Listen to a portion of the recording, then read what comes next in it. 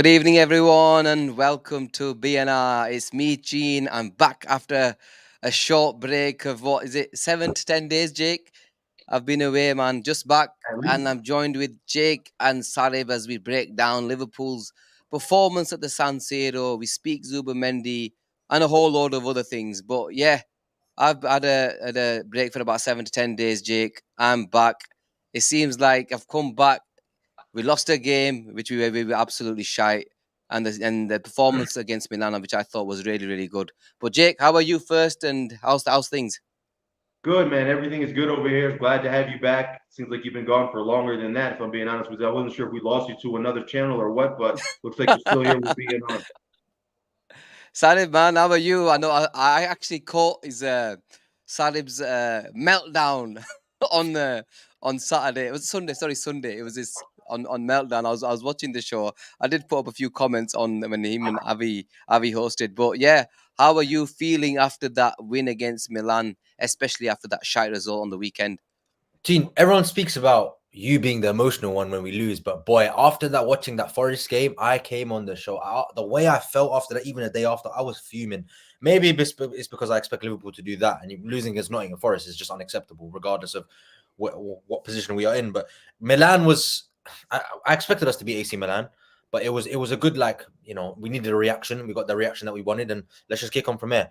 It just kind of does show me that maybe that was just a blip, because if we had then lost to Milan, then it would have been a bit more concerned. So, but I'm happy that we got the 3 points in the new league format of the Champions League. But the Forest game wasn't the greatest. But Milan kind of put me up again. Yeah. So.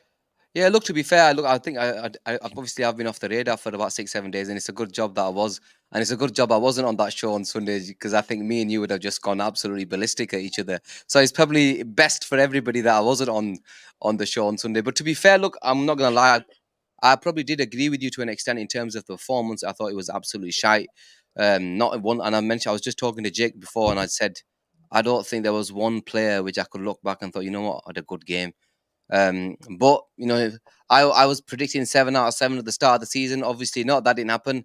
It's a game we should have won, really. But things happen in football. Things don't go your way, and nothing went our way on the weekend. But the performance against Milan, I'm not gonna lie, I missed the game on Tuesday, but I caught up with the highlights for yesterday. And by the first 5 minutes, I thought we completely controlled the game, Jake.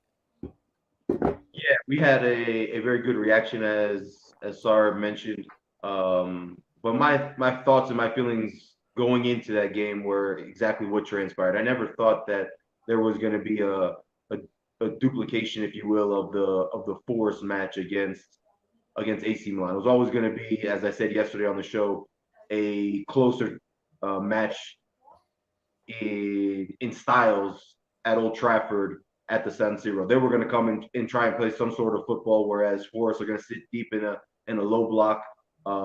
They packed the midfield. We struggled against that, but the match yesterday was never going to be like that. So I did expect the reaction. We got the reaction. They can only beat who's in front of them, but I'm sure we'll talk about this game coming up this weekend, which I think is going to be a little bit more similar to the game that we played last weekend, which is a little bit concerning. Yeah, look, to be fair, I think I'm not going to lie. We looking at the Milan game, I was obviously with it being the Champions League, Sarib, Champions League, San Siro, a big crowd. End of the day, crazy things have happened in the UCL, especially when it concerns the teams that have some sort of love affair with the tournament. And Milan is, up there with one of the European giants if you look at history and stuff. So, and I know you did mention it on your on that chat that you are not too, but it doesn't bother you that history for you, history doesn't play a part. For me, it does. I just think there's something magical in there when when teams play at these grounds like the San Siro, Anfield, Bernabeu. There's something that's because they've been there, they've seen it, they've done it multiple times and won multiple games where you felt as though that game is gone. I just feel as though it does make a difference.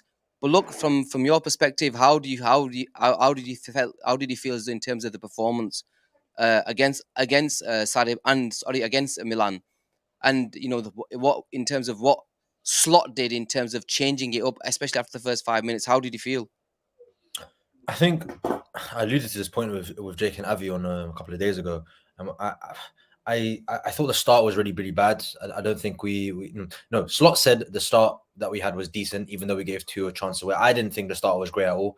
But within 10 minutes, he understood where the exploitation was, and I watched a little analysis that Stephen Warnock did on BBC, where he said the midfield was far too open. There was too much space between Gravenberch and McAllister in the first 15 minutes. I think it was 14 yards between McAllister and Gravenberch, and when you're both playing in a pivot, it's a bit too much. So I think he understood that that's where they're going to exploit, and that's where the space is going to be, which is why Virgil van Dijk had to step in, because I think it was the number 7 for Milan, Morata, was picking up the little pockets in between, and we were doing a man-to-man press, which left gaps, and that's where they exploited with Christian Pulisic. So I think Slot identified that maybe after we conceded a couple of chances, and obviously they got the goal, but he understood that was a concern, and he rectified it very, very quickly, and eventually we got the result that we wanted. Yeah, I'd say maybe we were too open, but this manager knows what he's doing, and he always sees problems very, very quickly. He doesn't let them. Under Jurgen Klopp, we always used to like, oh, let's get to half time, let's carry on doing it, let's carry on putting the pressure on.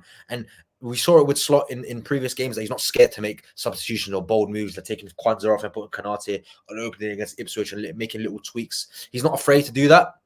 Whereas maybe Jurgen Klopp is a bit more different. His dynamic was a lot more different in terms of coaching, where he let players, build into the game if they've had a poor start, get a few touches on the ball, which I understand too. But sometimes you need players to have a little bit of a few touches on the ball to get them a bit more experience in the game. But did you see enough on the ball from us yesterday to be satisfied with the performance? I mean, 2 out of our 3 goals came from set pieces. So take those out of the picture. On the ball, build up play, creating chances. Did you see enough of that yesterday to be satisfied with the performance?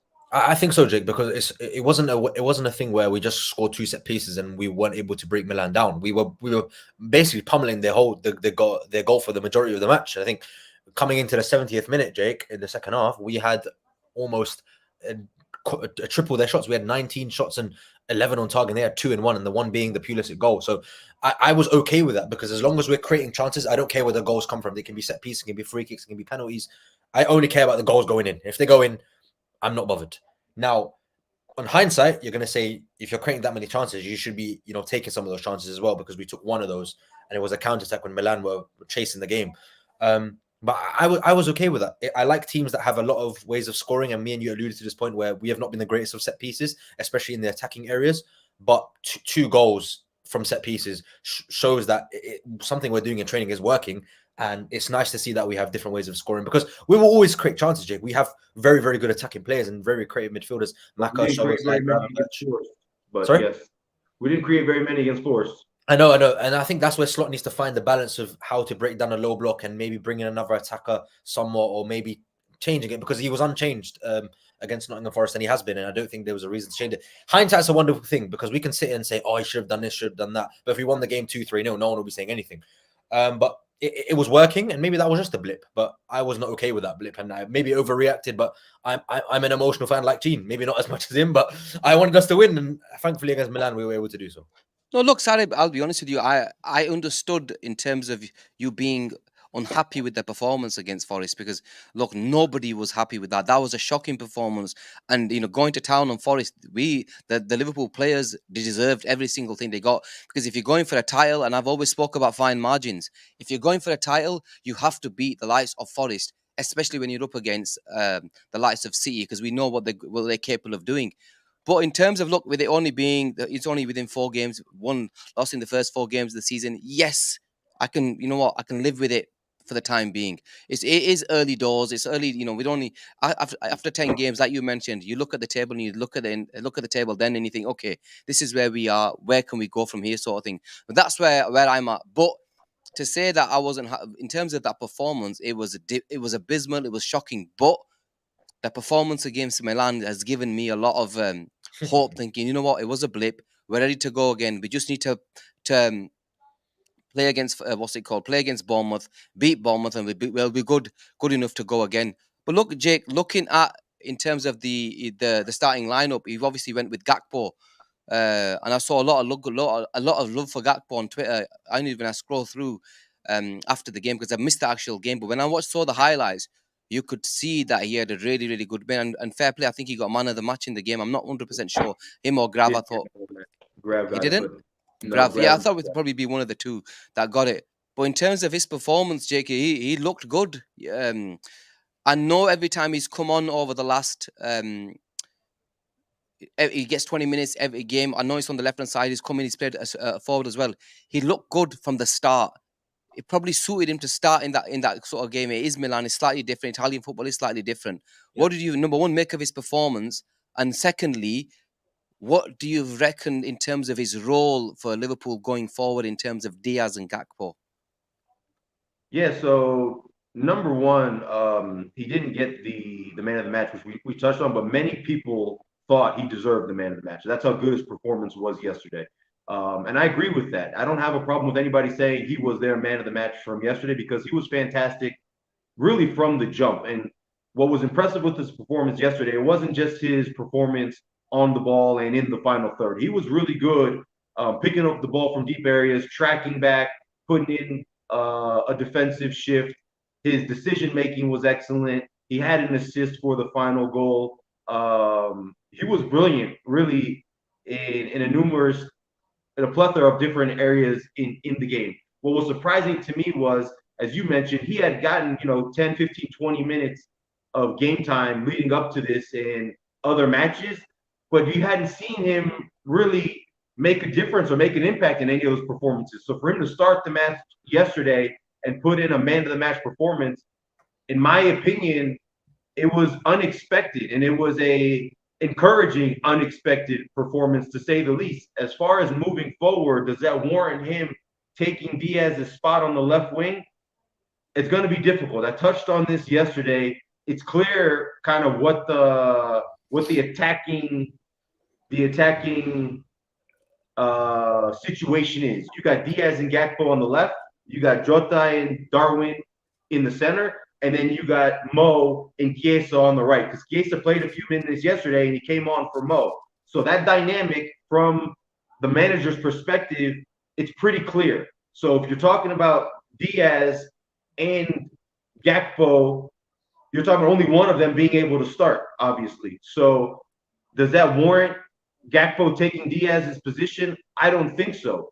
Now, that's a decision that the manager is going to have to make. It's going to have to come down to a tactical decision, which I touched on yesterday. It's not so much does Gakpo's performance warrant starting over Diaz's performance, because they've both been performing well. So you can make an argument performance-wise for either one of them. It's going to have to come down to the opponent that we're playing in the next match is Bournemouth.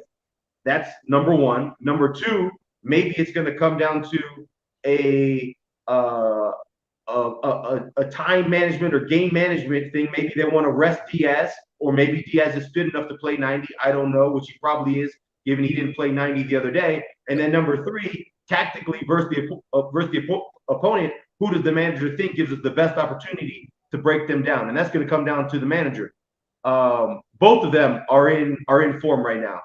So it's hard to pick one of them. You can't go wrong with either of the one of them based on what we've seen from both of them. But that's going to come down to a manager decision based on who he thinks is better moving forward. But as far as what I think it's fair to say that both of them are playing on this left wing position, and both of them are not going to be able to start. So you can only pick one. Look, Sarib, question to you. Look, I know you've been a big fan of Gakpo, especially for playing from the left-hand side. Look, I'm more Diaz in terms of right now, because I think Diaz has had, in terms of game time this season, he's played really, really well. He's got the goals. There's output there. He's had, I think, an assist or two as well this season. So the output's there from Diaz. When I seen Gakpo come on this season, there was performances where I thought he didn't even turn up at all, especially on the weekend, where I felt as though it was an opportunity for the likes of Gakpo and Darwin to come in last 20 minutes. We need you to step up, and we look lost with it. I'm not just going at having a go at them, because everybody was shouting that game, and probably tactically in terms of the manager, I felt there was something not right in terms of the structure, formations. It just wasn't right. So maybe that didn't work in their favor as well. But you've been a big advocate of Gakpo. I just want to see. Look, for me, Diaz starts all day long right now. That's just the way he is. He's the number one on that left hand side, and you probably agree with that. But what I want to see with Gakpo is what I saw on the week against Milan. When he comes on, he makes a difference, because people have alluded to this, that he was an unbelievable player at the Euros.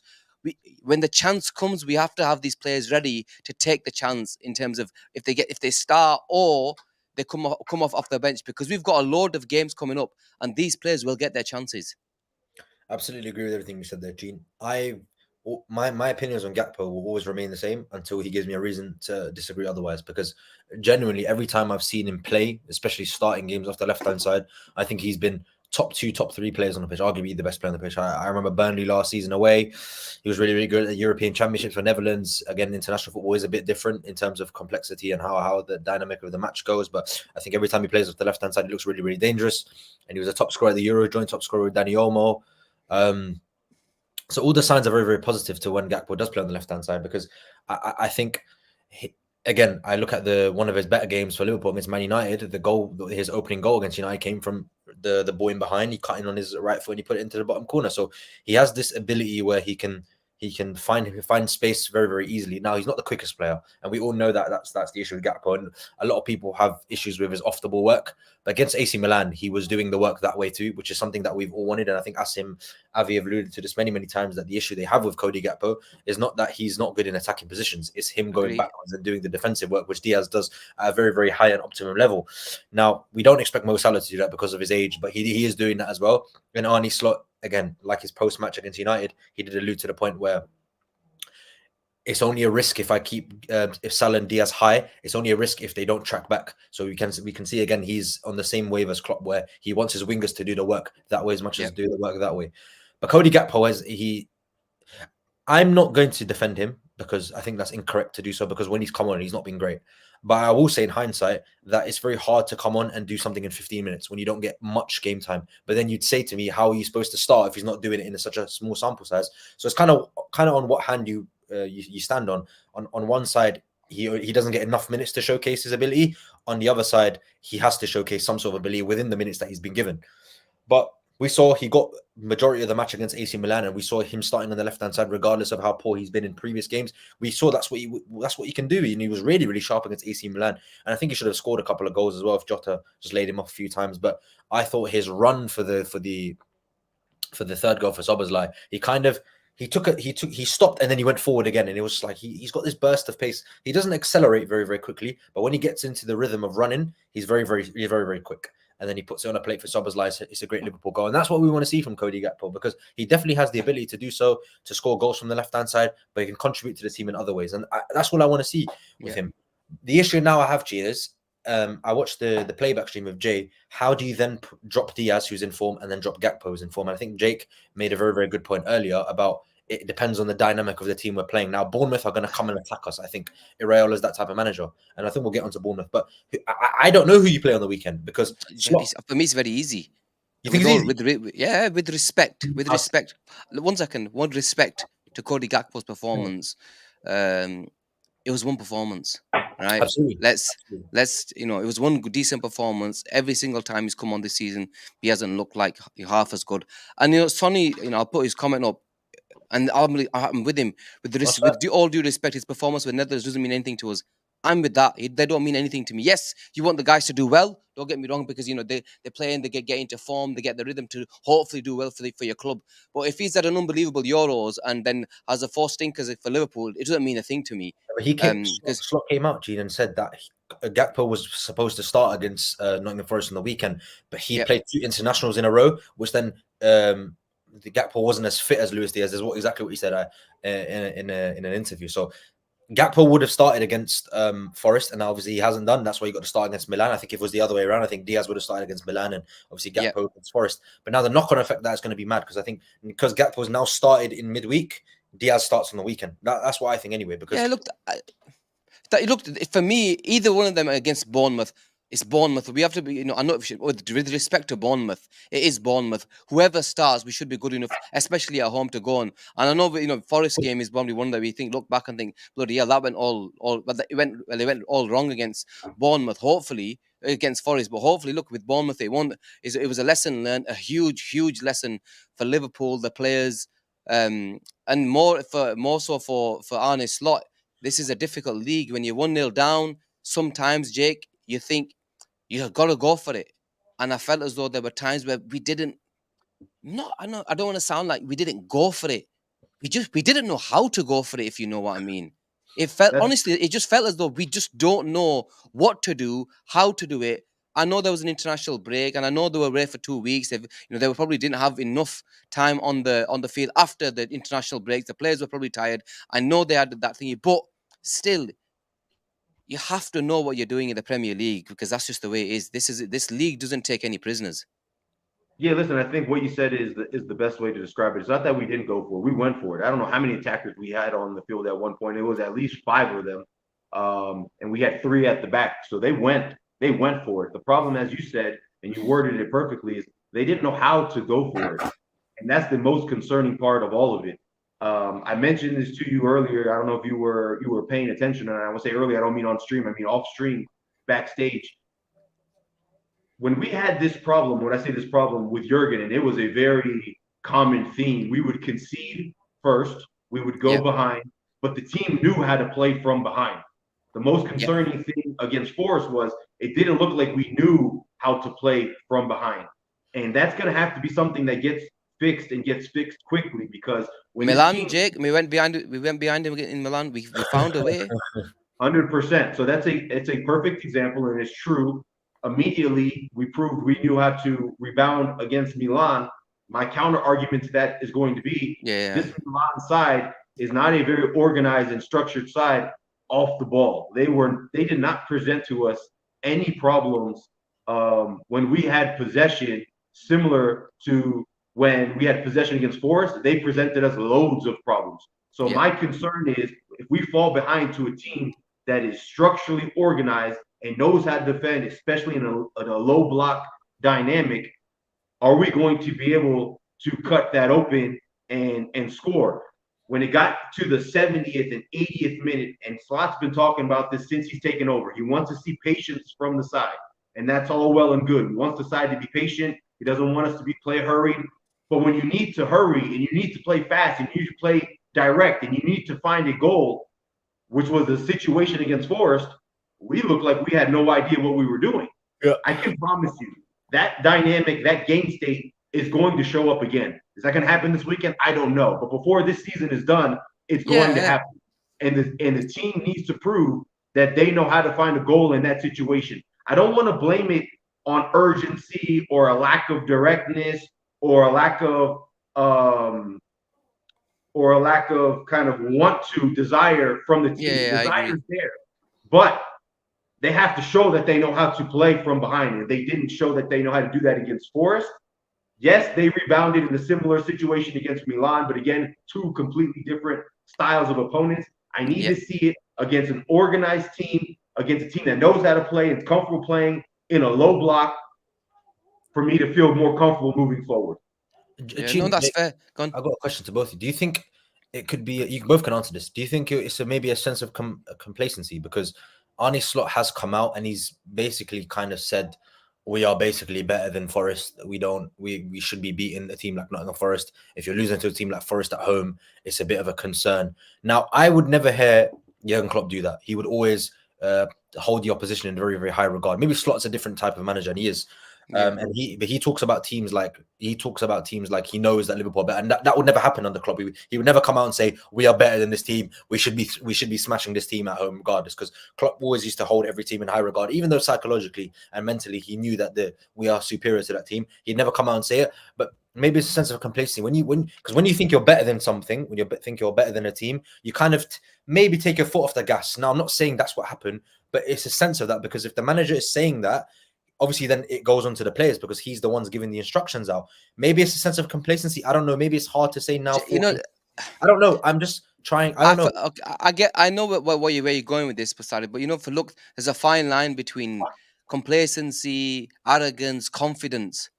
This is Liverpool Football Club. We should be beating anybody at home. Oh, of course. That's just the way it is. So, especially if it's a side like Nottingham Forest, you expect us to wipe the floor with them in a sense, because especially if you're going for a title. Look, I like the arrogance. I want my manager to feel as though, you know what, he wants these players to go out there and flipping produce and go out there and win. Look, I don't want him to completely hammer the other side, but look, we were better than them and we should have beat them.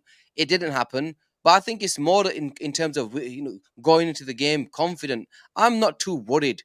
If I'm honest with you, yes, I was really angry with the performance on the weekend, but that Milan performance now has, settled me down. I just want us to go. Yeah, settled me down, and it's a good job of it. Like I said, I was away. But Jake, now going into the next game, it is so important that we go and bring in the 3 points, because that will hopefully be the springboard for hopefully a few more wins. Because we've got the likes of, I think it's Wolves and Palace away after that. So it's important that we get the 3 points in the next game. We put up a performance and we shut the doubters. Not you. I'm not saying you're a doubter, but shut people up who are saying, oh, this was it. He was he can't, like in terms of the low block, he can't break down a low block, all that. Because I heard all sorts on the weekend. I'm not gonna lie, I heard all sorts. Oh, this player's done, this player's done. But Salah's been the best player of all this season. He had a really bad game. He was the worst for me, Jake. And this is hard for me to say. And I know Silas gonna probably love this, but he was probably the worst player on the pitch. Why would I love He that? was. I'm only messing with you, man. I'm messing with you, man. He was probably the worst player on the pitch. He couldn't play 5-yard passes. His decision making was abysmal. He was really bad. But he's Salah. He will go again. And on the weekend, he was really unlucky, I felt, against Milan. He should have had a hat-trick. Any other time, we probably would have had a hat-trick. But the weekend's massive now. We have to go there. Look, and especially with City and Arsenal playing each other. Well, one of them's going to drop points, or both of them. So it's imperative that we get the win on the weekend. Yeah, I mean, imperative is an understatement. If we don't win this weekend, to get out of Forest and Bournemouth in back-to-back league games, both at home, with less than 4 points, that's nothing short of an absolute failure. I mean, that's putting it nicely. I don't want to go to the extent to say that the league is over if we don't win this weekend, but to get less than 4 points, whether that's 1 or 2 is the maximum you can get if you don't win this weekend between the last 2 games.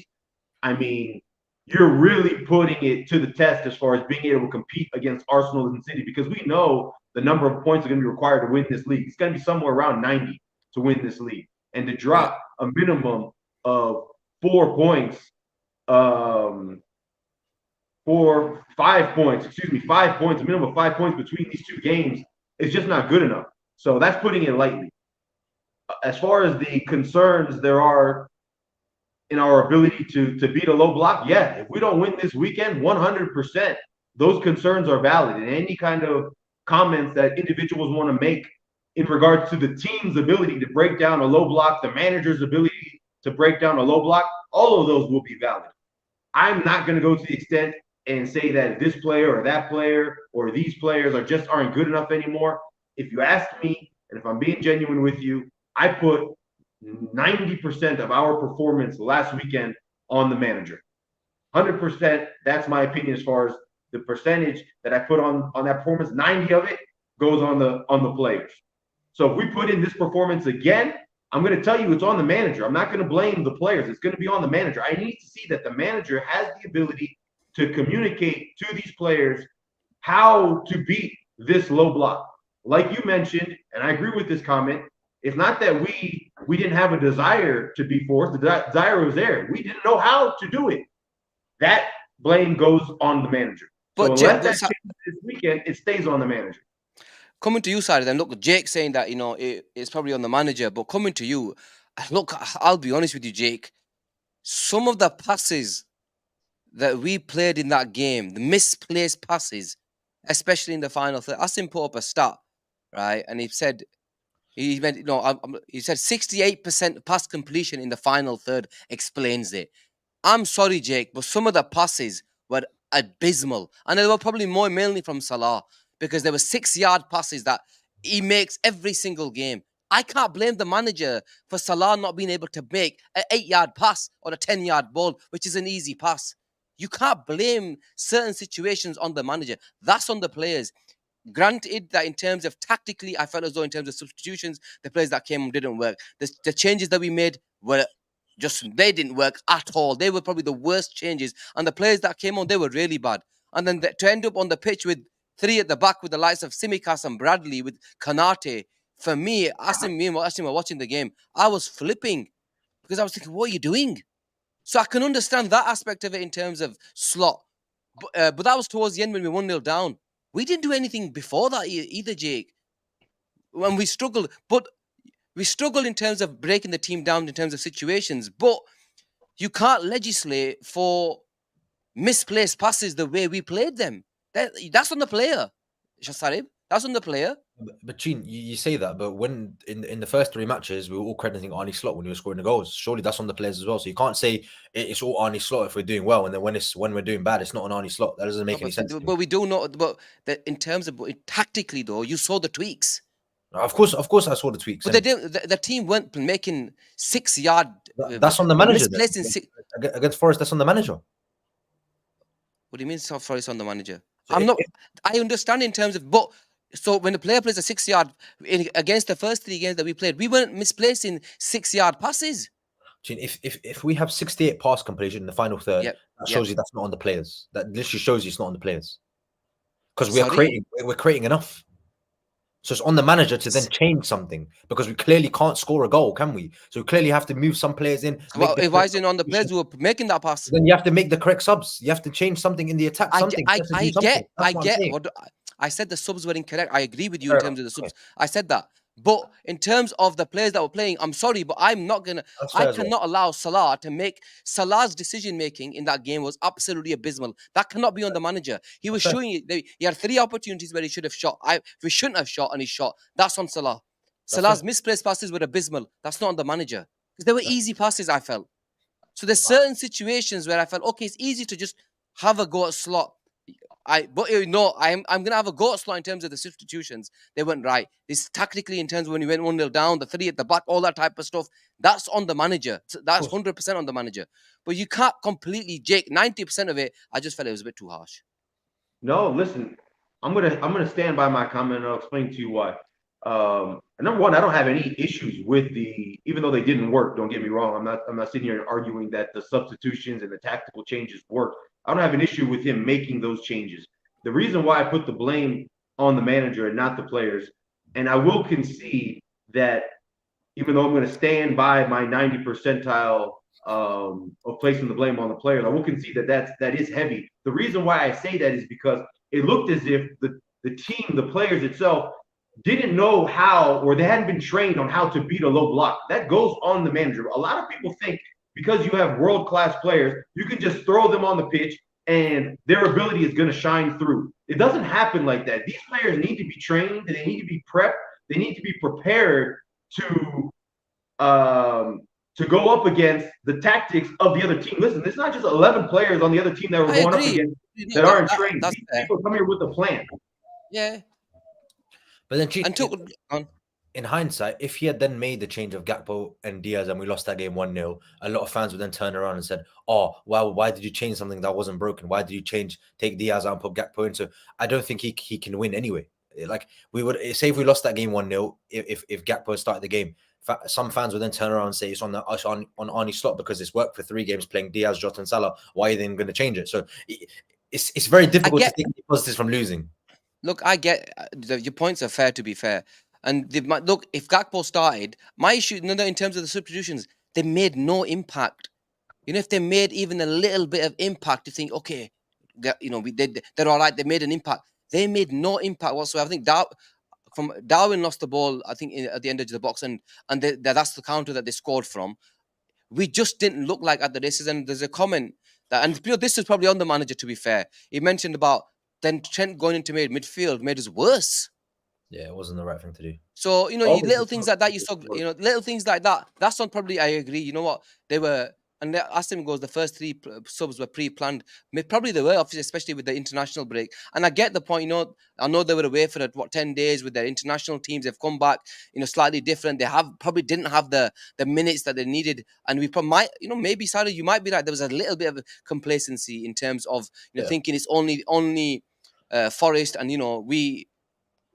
we just didn't really turn up thinking that it was going to be a game that we were going to turn over. But sometimes you got to give the opposition a lot of credit. And I thought, in terms of their setup, especially in the first half, you've got to give their manager credit. He set up to nullify us in the first half, brought on the quick plays towards the end, and really hurt us. But look, I don't want to talk too much about the game. Let me make one last comment, because I think this is just my opinion. But Asim made a comment here that says, when individual players make mistakes, you can't blame that on the manager. I disagree with that because when you put players in a situation, I can't say this for a fact because I'm not in training, but when you have all 11 players that are starting and you have all the bench players that all 15, 16 of them look totally unprepared, you can only blame those individual errors when every single one of them are making the same error on the manager. It's a lack of preparation. If I'm not prepared even to make a 5 or 6 yard pass, for you, it looks like you don't need any preparation from watching on TV to make that pass. I would argue differently. So I'm going to say, even though they're individual mistakes, when every single player on the pitch is making the same mistake, that goes on the manager. It's a lack of preparation. Even to make a 5 yard pass against a low block, if they're not prepared to do it, it doesn't work. Yeah, come on, man. You can't blame the manager for not making a simple 8 yard pass. I'm blaming the manager. I'm telling you right now. Yeah, so then you're going to say everything is always on the manager. No, when are you going to... No. So when are you going to blame a player then? Huh? No, so when do you blame a player? You So blame then, the player. one second. So Salah, and I answered this as well. Salah had 3 opportunities where he shouldn't have shot. We all know he shouldn't have shot. He shot. Who are you blaming? Manager. Yeah, but maybe he's been tasked to do that. Two different questions. That's maybe, innit? Then everything's a maybe then. If course, it was- then maybe then. the The whole what we're world's saying- going to be... Then we might as well... Everything we talk about is going to be, oh, maybe he was told to do that. Then you're It's always true, going to blame the we don't manager. know for sure. We don't know for sure, do we? You're going to blame the manager for everything then. I don't blame the manager for everything. That's number one. Let me make that clear because the players are on the field. Of course, they have a level of responsibility as well. But when you're watching the game, you can tell when you're watching a team that's prepared to play against the opponent and a team that's not prepared. When I watch a team that's playing and that's prepared, and you see an individual error. Let me just give you an example off the top of my head. The first one, there's no reason why it's coming to my head. Diaz against City. We were prepared to play against City. We ran them off the park for the better part of 90 minutes. When you have a sitter in front of you, one-on-one against the keeper, and you miss, I can't blame Klopp for this. So I'm not going to blame the manager for every mistake that the player makes. But when the entire team doesn't look prepared, all of them, I'm talking about 16 players on the pitch, none of them look prepared. Even the individual mistakes that they make, I'm blaming on the manager. I think that's harsh, personally, if I'm honest with you, Jake. Fair, that's fair. I just don't think you can all blame the manager for a player's decision making. Number one, simple passes. That's on the player. And look, I actually understand what your point is. How can every single one of them have been shit? I get that when everybody's been shit, then it has to be something tactically. It has to be something on the manager. Maybe something. I get that point. I get preparation. Chin, I blame preparation. We only had 5 shots on target. So could you say that's on the manager? That's only 5 I don't even think the comment you put up from Asim, I'm not saying the comment is wrong. Factually speaking, those numbers are accurate. But to turn that statement into saying we performed well enough to win that game, I don't think that's an accurate statement. I do not think we performed well enough to deserve. No, we didn't. We didn't deserve Jack. We were terrible. We did. Look, we did. I know. Look, we didn't deserve Jack from that game. We didn't do enough to win that game at all. And to be fair, they flipping with their tactics. They got them spot on. And sometimes, like I said, you have to give credit to the opposition the way they turned up and how well they played. But look, I want to move on from that game, man. We've played a game in between. We've won that game, and we've got a big game on the weekend. I just want to move on from that game because I've just, what, especially after hearing Sarib's comment that day, I want to move on from it because I don't want to make this about me. I watched the show, man. You went for my boy. You went for my boy Salah. You went for everybody, man. I don't care. If you play shit, I'm gonna come for everyone. I don't care who you are. You could be Lionel Messi, mate. If you have a bad game, I'm gonna come for you. Come on, man. You absolutely battered our football team after one loss. Relax, man. Relax. One game. I have high standards. And you made it out like flipping Man City and Arsenal. They're like miles ahead. They're only 1 point ahead of us. They play each other on the weekend. Hopefully they'll drop points. We'll be good to go again. Minor. Relax. Minor. No, look, I get it. And look, I know I have a goat Sarib, but I know Sarib got a lot of love about Arsenal's performance today, and they drew in the Champions League. And I met you, and you are. By the way, I'm going to call you up on this. You made it like, why can't Arsenal win the Champions League? That was your question, wasn't it? Why can't Arsenal win the Champions League? They can't win it because they're not European royalty, bro. I mean, that's fair. They're not royalty. Man City. It took Man City 10 years, year upon year, and an obsession to go and win the Champions League. They never did it. That signifies the fact that history doesn't play a factor in winning. Of course it does. Of course it does. 100% it does. If you invest in the team and you have you provide for the team, you keep going over and over again, it will eventually work. Now you're PSG gonna have say been PSG you're have been gonna, investing for 10 years. They've bought every single player under the sun. They've bought in the goats in one side. Messi, Neymar, Mbappe. It's not easy, mate. eventually, I think eventually though Eventually, you know, if you got yeah. for 50 years, 20 years they've been trying to, they might win it once. But But, the likes of Real Madrid, European royalty, but they again, can Gene, be shite. They can be shite that and turn narrative it on. that narrative, Gene, Liverpool can be shite and still win it. that narrative though, Gene, about history, I think I understand it to an extent, but then the Real Madrid thing where you bring up, they always have the best players anyway. Modric, don't. Cruz, They don't. Casemiro, They Ronaldo. don't have the. They do not have the best players always. Honestly, they don't have the best They players went. always. Real Madrid went 10 years without a 12 years without a Champions League. I know they did. I know they did. It can't be European royalty then. If they were European royalty, they'd be winning it in the 2000s as well. But it took them 12 years to build a decent enough team to go and win the Champions League again, and that's what they did. And how many have they got? They've got 15, 16 now. And what's the next one? That's all come in the space of 10 years or so, hasn't it? This is what they do. This is what these They have teams. the best players. No, they don't. They don't always have the best players. When They they don't won the always Champions have League, players. they had The side that Ronaldo, won last Benzema, Bale, Modric, Cruz, No, Casemiro, the side that Ramos, won last season Varane. and the side that beat us They were not the best they team in Europe. the last two Champions League that they won. They were You not have the to best team. some in of the Europe. night. They might not even be the second best team. You have to understand that. You look what they did to City. That doesn't happen. That's because it's Real Madrid. It's the Bernabeu. These things happen. Anfield 4-0 Barcelona. It doesn't happen. When was Arsenal ever made a comeback in Europe? They don't even know what Europe is. But again, When have Man City actually made a comeback in Europe? They won the Champions League. They won after 15 attempts. Fair play. Okay, won. They spent billions upon billions on it to get one. It's not easy. This is why Arsenal, they don't know what Europe is, man. It's Europe. Leave it to the big boys. I genuinely believe majority of the time it's easier to win a European competition than a league. And if that is the case, then why haven't Arsenal won it in the 100-year history? Maybe for some teams it varies, because I think Man City are a much more consistent team over 38 games, whereas you got a team like Liverpool or a Real Madrid who are much better knockout. Why haven't Arsenal won it in their 100 years? It's not easier. It's different. They were 100% arguably the different. best It's team in not the easier. world. Sarib, they were arguably the best team in the world at one point when they had the likes of that Petit, Overmars, that era, and then the Henrys. They should have won the Champions League, but they never did. Absolutely. They never. This is why I said, why didn't they win it? Because they don't have European pedigree, bro. They're not European royalty, bro. But that's like saying because I like to keep consistent with everything, and I relate this to my club because I want to talk about Liverpool. It's like saying we had one of the best teams in the Jurgen Klopp era, and you're going to say, regardless of circumstances, but we only ended up with one title, and I don't think that's good enough. One Champions League. Yeah, but we know the reasons why, innit? We know I know, the reasons but why. 115, innit? I still believe that one Premier League and one Champions League in the level of team we had was not good enough. And I know we were competing with ridiculous amounts. The three finals. You look at you. No. Okay, right. We were up against cheats. That's you understand fair. that? You understand that as well. And the two Champions League finals we lost to Real Madrid. What can you do? Real Madrid is one of them. We should have won, which we didn't. Fair play. Look, I expected us to win more. I'm not going to sit here and say that. Yeah, we definitely should have done more in terms of titles. But when you're up against cheats, what do you do? But again, Arsenal can say the same thing then. 2006 Champions League final, they were robbed. They got a red card with Robin van Persie, and that cost them the game. They lost 2-1. When? Champions League final? Barcelona versus Arsenal, no? They lost 2-1. Barcelona versus Arsenal 2006. Yeah, definitely. Lehmann got sent off for a clear foul, bro. Lehmann. That was a red card. He was the final man. They have got robbed in Europe as well, Arsenal. This is before my time, so I haven't watched the whole game back, but they have had look,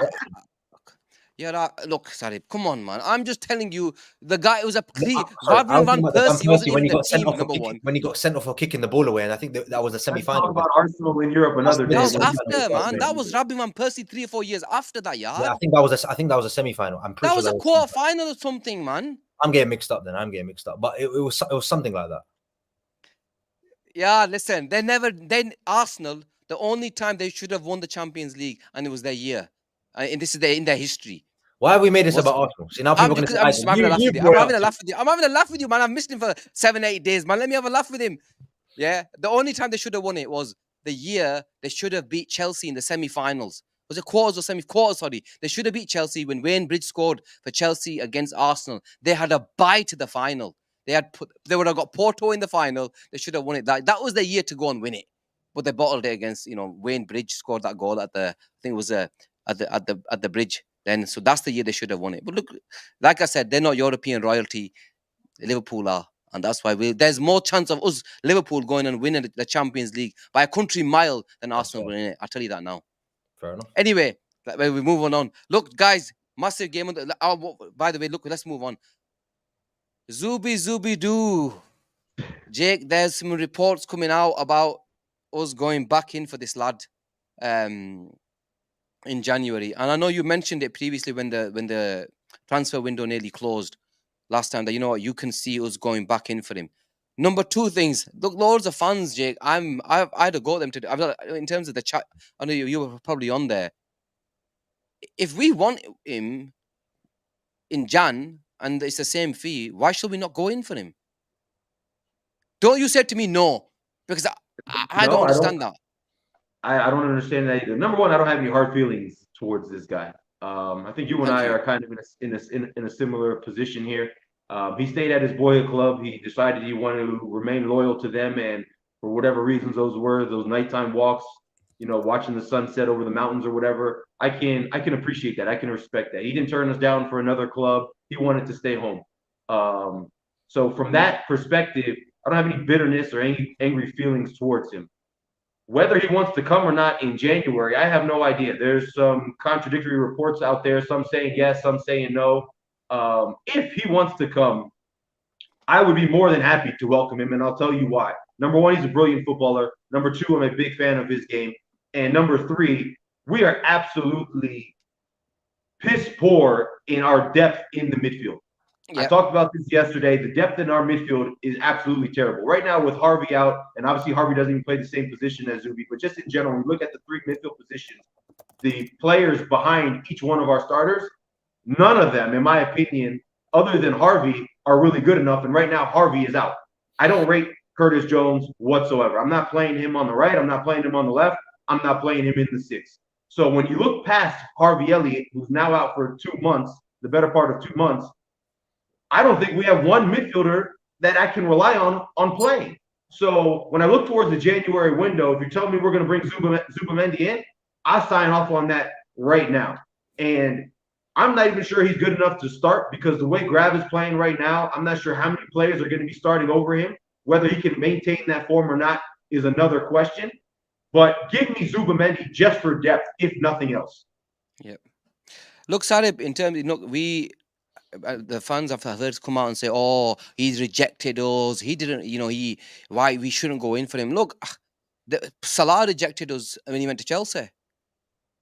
Gravenberch chose Bayern over Liverpool. Should we have not gone for them players?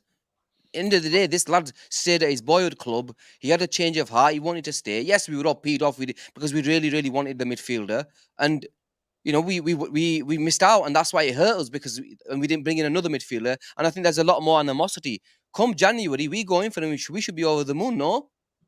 This is my issue with Liverpool fans generally. Like, I'm not speaking about specifically, but generally, when Steven Gerrard decided to turn down Jose Mourinho 3 times, it was completely okay, and we were like, yeah, he's so loyal, and everyone was saying, why is he doing that? Why is he doing that? But when it happens to us, we don't like it. That's what I mean. You can't pick and choose. You have to keep consistent.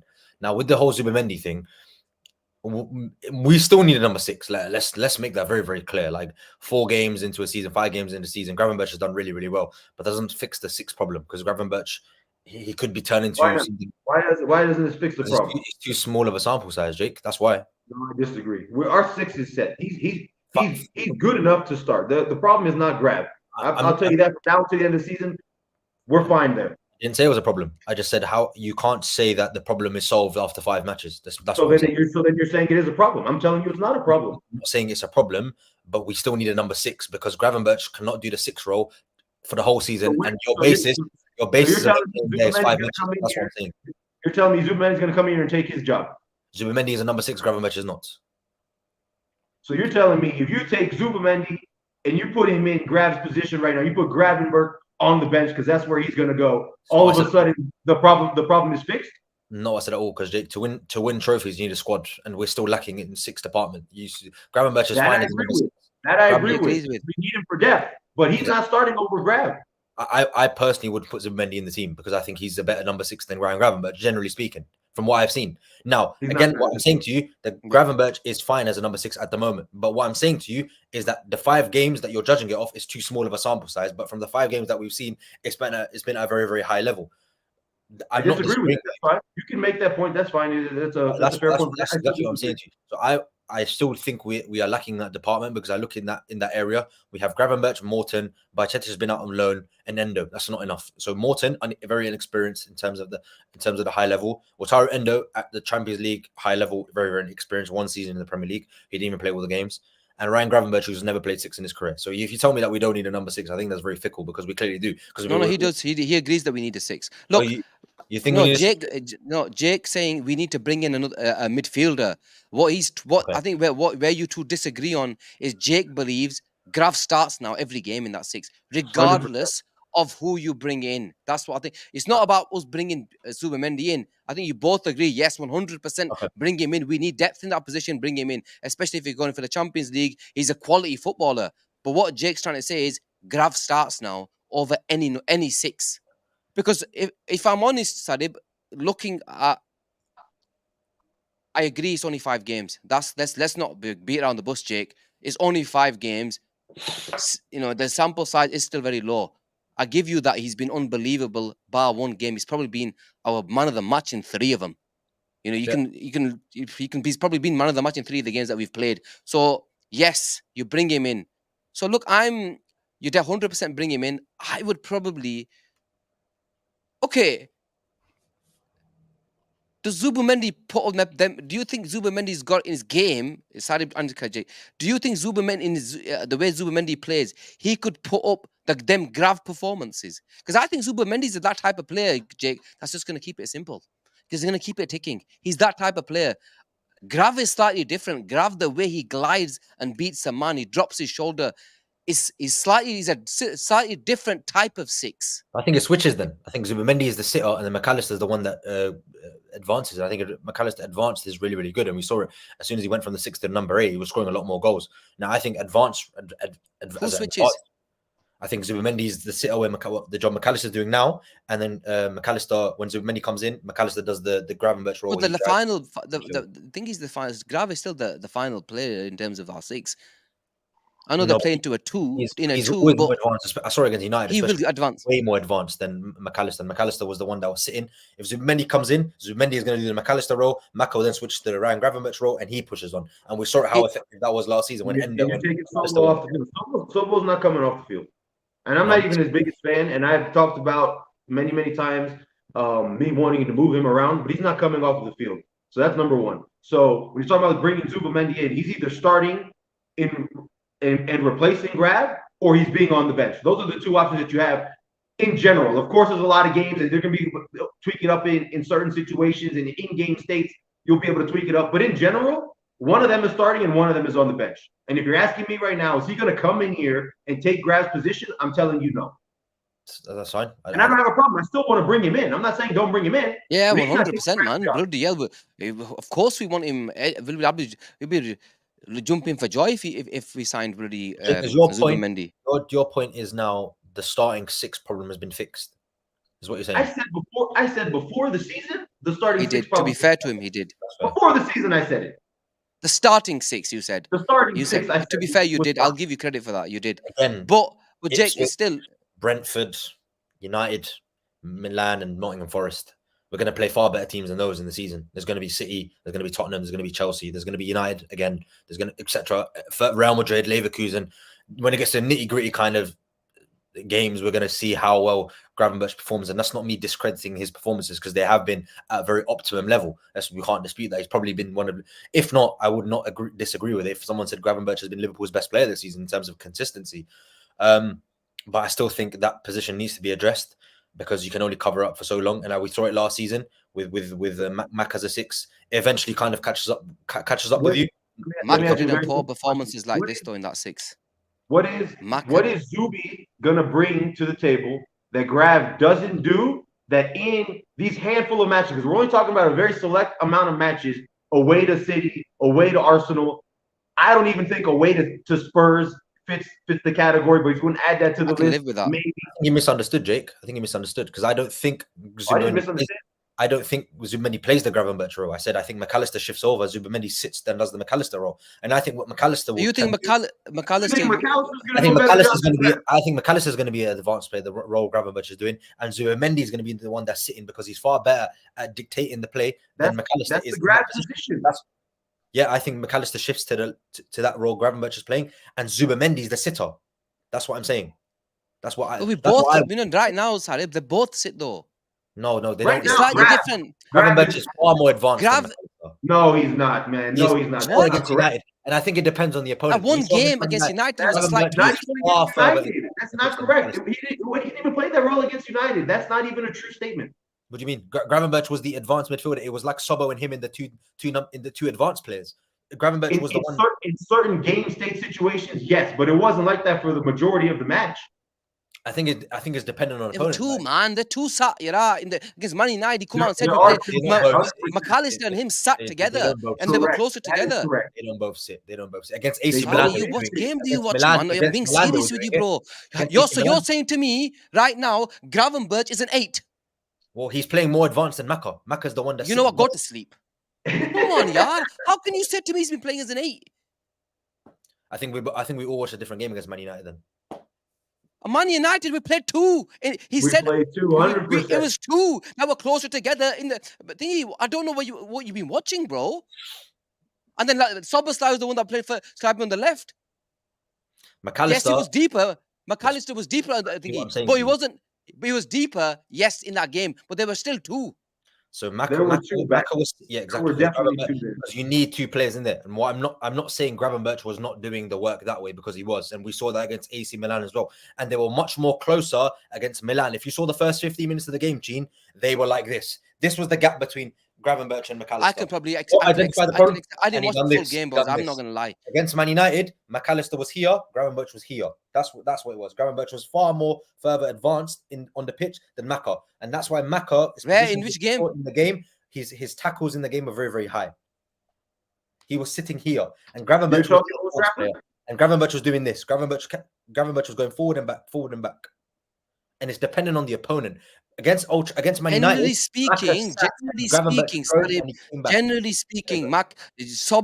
generally speaking, this season, Gravenberch has been probably the furthest back in terms of our midfield. Yes or no?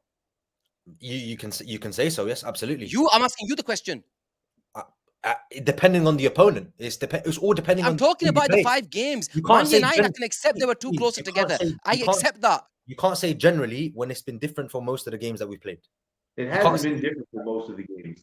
Well, I literally just explained to you how it was different. One game, we know that because the man just come out and said that, you know. So again, one game. So it's dependent. That. It's dependent on opposition. Yes or no? So who was the final man against Brentford? It was against Brentford. They were both sitting together, but Gravenberch was advanced. Gravenberch was moving forward. It's always been Ryan Gravenberch that's been. McAllister has been the sitter for most of the time. It's a very flexible. Yes, a good point. It is a flexible. I know that. I know that. They both can go. They both can go. But what you asked me was who sits. Maka sits a lot more than Ryan Gravenberch for me, from what I've seen, and you may disagree with that. And it was very, very evident against Manchester United. That Manchester United is one game that I can accept. In and out. When Manchester United, I can accept. Because Maka in deeper positions, he knows the 6 role a lot better than Gravenberch because he's played it for a longer period of time. So then you bring Zubi. But he hasn't been playing. What does that change? So then Zubimendi goes to the role McAllister's playing. McAllister then shifts over and he plays the Gravenberch role that we saw him play when he was playing in a pivot with Wataru. And now you take Grav off the field. You think that makes us better midfielder next to him. And you think that makes us better with Grav on the bench? How? I'm not saying drop Gravenberch. I'm saying that's what will happen if Zubimendi comes into the team. I don't see a. You just said that fixes the problem. So then, how does it fix the problem?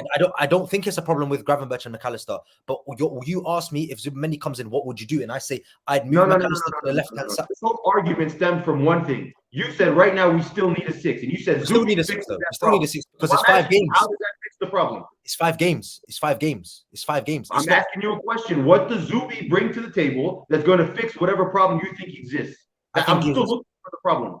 Because you're actually playing a 6 in a number 6. That's the problem. You're playing a 6 in a 6 who knows the role far better than players that are playing there now. Maka's not a 6, neither's Ryan Gravenberch. So it's clearly evident that we need a number 6 because they both. It's clearly evident when in no games that we played up until now where not having a 6 has cost us points. It's 5 games. It's 5 games. Okay, but it's clearly evident, even though it hasn't come up one time this season.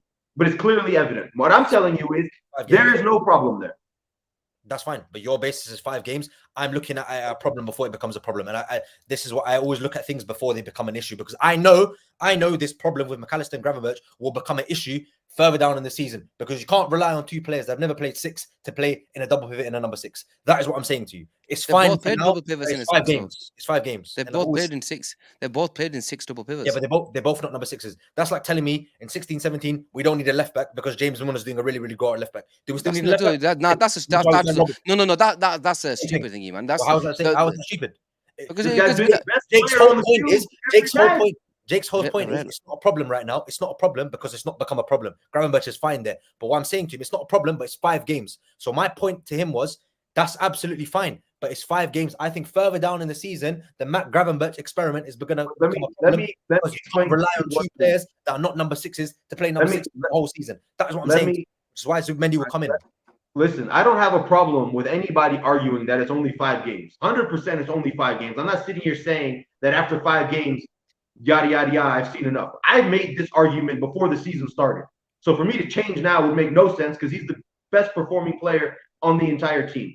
However, what my argument is you're taking a player, Zubimendi, and you're telling me he's going to fix whatever problems you think that are going to come about, which we haven't seen yet with Gravenberch because he's not a natural 6, when Zubi also isn't a natural 6. The skills that he brings to the table are the exact same skills that Grav brings to the table. They're on-the-ball skills. Off the ball, you're not getting a destroyer. So what skills is Zubi bringing to the table that Grav doesn't have that you think are going to fix whatever issues you think that are going to transpire that we haven't seen so far? My point is Zubi doesn't possess those qualities. What you just said is that Zubimendi is not number 6. That's what you just said. He's not a destroyer that you think you're getting. He's saying he's not a destroyer. That's one type of 6. That's one type of 6. That's one type of 6. Yeah, so what Liverpool are looking at. Why did we pursue one number 6 for the whole summer? Please tell me why we only went for one. Sarib. Let me make it easier. If we didn't need a number 6, are you telling me no better than Arnie Slot? Sarib. I think what Jake's trying to say is, I get what he's saying. You're getting the same player. You're getting the exact same player. You're getting the same. What he's trying to say, what does Zubimendi in terms of what does he possess that Gravenberch doesn't? You're getting almost the same player. I'm not talking on the ball. They have some differences on the ball, but you're getting basically the same exact player off the ball. Name me one player. You're talking about on the ball. I'm talking off the ball. Alexander-Arnold. Name me one player. Stop being keyboard warrior. Come on the show one time. Come out of retirement. Name me one player in Liverpool's team, bar Trent Alexander-Arnold, that can create angles of passing from deeper areas. That's the problem. No, that's not the problem. You're going to tell me that's the problem with the side right now, that we're missing somebody that can pass the ball? That's what you're telling me? That's the issue when you go to Man City. That's the issue when you go to the Emirates, is somebody that can play a ball? Because when we go to the Emirates and we don't have control, we are going to get absolutely battered. That's what's going to happen. Oh, so you need off the ball quality. We never get battered, bro. Battered. We never get battered. We buy a goal or two. Off the ball, Zubimendi and Gravenberch are different profiles of players. They're absolutely different. I'm not saying they're not different. I'm not saying they're not different profiles, but he doesn't. You said what can Zubimendi do on the ball that Gravenberch can't? That's what you said. I said off the ball. Off the ball. Okay, off the ball. He's going to sit Zubimendi. They're not even the same type of player. My whole argument, Jake, is Gravenberch is not a number 6. So when you bring a quality number 6, one of the best players in the world in that position, he will be a lot better in that position than what we have now. That is what I'm saying. You think you're getting Zubimendi, and I'm agreeing with you. but I'm saying it will become a problem. You're saying it's not a problem now. I'm saying it's not a problem now, but it will become a problem, which is why we're going to go back into the numbers. What I'm telling you is the player that's coming in isn't fixing the issues that you think are going to be resolved. That's fine. And I think So listen, boys, we are gonna have to wait and see. Hopefully, Zubimendi comes in, and we will see how good Zubimendi is. Look, to be fair, I'm not gonna lie, guys. I actually understand. You know, I respect Jake because he's always stuck with the same opinion as. I agree with him. I actually agree with both. No, I mean I agree with both. A lot of the other people. I agree with you both. I actually agree with. I think both of you got fair points. To be fair, because I get where Sarib's coming from, Jake. Look, Zubimendi is slightly different to Gravenberch, Jake. To be fair, he is slightly different. You know, in terms of look, he will keep it a lot more simple. He will keep it the ball rotating. He will make it easy. We saw, and I think, Jake, his performance. Look, I can only go by what I've seen, and that's probably the Euro final. That Euro final performance showed what he has in his tank. He's got a lot more than what we think as well. I think we're saying he's going to keep the just supposed to. He's good enough to play the ball in between that. But I've seen Gravenberch do that as well in the games that he's played. To be fair to you, Jake, Gravenberch has shown me a lot more than in his locker, and I think there's a lot more in Gravenberch's locker which needs to be unlocked in the next year or two. I'm not saying that we don't need Zubi. I'm not saying that Zubi is not good enough to play here. What I'm saying is if somebody's going to argue that Zubi fixes the issues that we have, at least talk about the right issues, because he's not fixing off the ball 6 issues that Grav has. And if somebody wants to argue Grav doesn't fit that role, it's because off the ball, either lack of experience, lack of.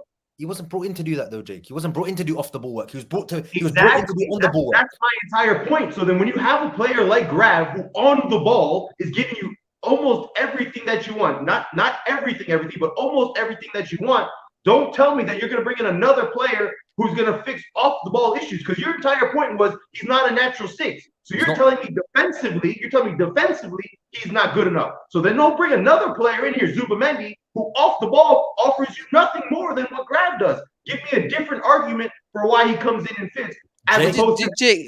Zubimendi and Gravenberch will play different roles at Liverpool, and I made that very, very clear to you, which is why I said when Zubimendi comes in, he will do the sitter like Alexis McAllister did against United, and McAllister will that's my point. That is what I said. Bring him in, he's sitting on the bench. Very, very clear. Zubimendi brings us elite control, which Arsenal have with Rice and Partey, and Manchester City have with Rodri. We don't have that control at the moment, and we saw that in a lot of the big games last season, especially at the Etihad, especially at the Emirates. The 2 teams we're supposed to be competing with, we did not have control of the game. We are now looking to bring in a player in the summer that gives us control in the midfield. If it was fine last season, if it was a problem last season, and we go into the team with the same players, how can it then not be a problem this season? That's an argument I can accept. That's fine. That's an argument I can accept. That is what I'm saying to you, which is why I think when Zubimendi comes in, he gives us a lot more control in the midfield. I'm not disagreeing with the Gravenberch argument. He has been fine in the number 6. He's been absolutely fine. But when it comes down to those games and later down in the season, I think it will be Grav and McAllister will be exploited. I think it will be personally, and it hasn't happened yet. And you can say, "Oh, I'm just going off a basis of nothing," and that's fine too. But I believe it will happen based on what I saw last season with the players that we had, and they're the exact same players. Sarib, question. Right, we will get exploited. How? You mentioned we're going to get exploited. Are you saying we're going to get exploited in transition? How are we going to get exploited? Because if you're saying, and this is what I think what Jake's trying to say is, if Zubimendi isn't a destroyer, how are we going to get exploited? You don't need a destroyer. Then I'll know. Because when you dominate the ball, and have complete control of the game, you will not be exploited by the opposition. That's why you very, very rarely see Arsenal and Man City give away chances. Very, very rare. Arsenal had like 10 shots on their goal. They got Kute. They have Rodri, a controller. Rodri's different, man. When you talk about Rodri, you're talking about probably the greatest ever player that's played that position, to be fair to him. Okay. But Busquets or whatever, he's probably one of the greatest I've ever seen. So when you say Rodri, he's a different level. There's no other team. Who have Arsenal got? Partey. Partey is a proper 6 type of player, isn't it? How great is Partey? Very, very underrated. Very, very good on the ball. Range of passing, very, very good. Thomas Partey is very, very underrated. Very, very good player. But the point I'm making, Gene, you keep alluding to the Euros final about yes. What was the difference when Rodri was on a pitch and Zubimendi was on a pitch? Tell me what the difference was. Could you tell who was on a pitch? If you told me that was Rodri, I'd have believed you. No, look, I'm not going to discredit Zubimendi's performance in that final, because to be fair, I've only seen that game, 1 or 2 games associated after that I saw to see how good he was, but that was the game that he actually announced himself to be, he's 25 years old. That was the game where he really announced himself. Do I want Zubimendi? Yes, I want him right now at Liverpool. I'll be honest with you. I want Zubimendi. I understand both points. You want control in terms of the big games. Yes, we probably lack that at times. At times, I'm not. When you talk about last season, that I believe we've got different attributes. There were reasons why we lost them some of the games that we did last season. If you guys think we didn't have these destroyer types. We didn't have the control type of midfielders last year, but we absolutely battered Man City at home. Like no team has ever. 1 second, we battered Man City like no team has ever battered them at Anfield. Even though we drew the game, I've not seen a performance by any team. So I don't care then. If we drew, I don't care. Oh, yeah, I'm telling you, we're talking performances, bro. Yeah, we didn't win though. It's a results business. I don't give a shit. Then forget it. Then forget about talking about anything. What's the point of performing well? What's the point of? I'm talking about the team. But you're the one who brought up performing, because what you said was you want to be in control. I don't know what he's on about. Sarib, of course we care about results, but you got to look at the performance of that player. That player can play well, and the team can play shit. But if that player's played well, you look at that guy, don't you? You look at the result. If we're talking about a single player. Okay, you're talking. I thought you're talking about the team performance. My apologies. But listen, if you think Zubi's going to come in here and all of a sudden you replace Zubi with Grav and you go from not having control at the Etihad or at the Emirates to having total control of the game, you're completely mistaken. That's not going to happen. You might get a little bit more control, but it ain't going to be going from 0 to 100. Exactly. That's not going to happen. Fine margins, though, Jake. It's fine margins. It's fine margins. That 20%. It's not fine margins. When you get dominated the way we got dominated, that's not fine margins. We got dominated as far as control of the game in both stadiums. There's no fine margins there. This player's not going to come in here and change that. You bring a player in that gives you more control in the midfield in terms of Arne Slot's philosophy is completely based on central progression. You are then bringing one of the best number 6s who can progress the ball from central areas in the world. You're talking about Rodri and Declan Rice, etc., etc., etc. I don't even think Rice is that good in terms of central progression. A central progression player that I thought was really, really good back in the day, Jorginho, who's not to level anymore, but Thiago Alcantara is the pinnacle, Xabi Alonso, players that can completely control the game from deep areas. Toni Kroos as a deep line playmaker. These are the epitome of the best deep line playmakers in the world. Zubimendi is that profile, and especially under a manager like Arne Slot, whose philosophy is completely based on progressing the ball from central positions. He is the perfect number 6, which is even more evident as to why Liverpool didn't go for a number 6 in the summer, and they said it's Zubimendi or no one, and we didn't sign anyone. And we had weeks and weeks after that to go bring anyone in. And did we bring anyone in? No, because we made it very, very clear, and it was very, very obvious that he was the only player on the market that would fit Slot's system to a T. And that's why we didn't bring anyone in. That's what I believe anyway, which is why I think we'll go back into him. But did you think Gravenberch was going to be this good, though? Player, which is why I think he would be amazing for us. Okay, but did you think Gravenberch was going to be this good? Absolutely not, which is why it's not as big as a problem as I thought it would be. I thought it was a much bigger issue. And I made this very, very clear. Over the 5 games, Gravenberch has been playing at a very, very high level. Now, I said this will become an issue later down in the season. And I think everyone knows that because the amount of games they're going to play, the amount of teams are going to play. And I said this, Leverkusen, Real Madrid, City away, Arsenal, we're going to be playing some of the best teams in the world, competing in the Champions League, the League Cup, the FA Cup. You need to bring bodies in. And Jake's point is absolutely valid. Yes, that's agreed. Yeah, we all agree on that, man. That doesn't make. I think the difference is Jake thinks Gravenberch keeps his place, and I'm not against that. I think that's the difference. That's fine. That's fine. I have no issue. I have no issue whatsoever. But I think Zubimendi comes into the team because I think if we were targeting a player for the whole summer, he will then come in and be that number 6 for us because we need that player, Jake. And Arne Slot made that very, very clear. And that's why they didn't go for anyone. That's my whole point. But the rise of Gravenberch has made that transition to Zubimendi a lot more easier if he does arrive. And that's fair. That's a point I will agree with you at. Okay, look, a question to you both. I think Rumi's comment. Now, listen, Rumi's comment. He put up, look, Jake, why can't they 3 play together in terms of Maka? Just say Zubi came in, Zubi, Gravenberch, and Maka, with Maka in the 10. I don't think Maka's going to play a 10 for Liverpool. You're not taking Sobo off the field. That's my thing. You're not taking Sobo. Dominic Soboslai is not. Even though I know Slot's come out though, Slot did come out and say we need more numbers from him, Jake. And we get what he do. He banged the goal. And listen, I've argued against Sobo, but at the end of the day, you wanted him in a 6, mate. Huh? You Listen, wanted if you him in were a playing- 6. if you Remember were that? Remember, Sarib? You wanted him in a 6. I'm not Yeah, involved. I'm not let's involved. talk about that. If he was playing in the 6 right now, he would be putting the same exact performances Grav is. What the hell? No, no. 100% Gravenberch he'd is a be putting different the exact level, same- man. He would be putting his What do exact you- same. the way Sobo's been playing on the ball, mate. He's been shocking. So But don't then give me Jake, that. who'd The lead way the he's press in playing- 44?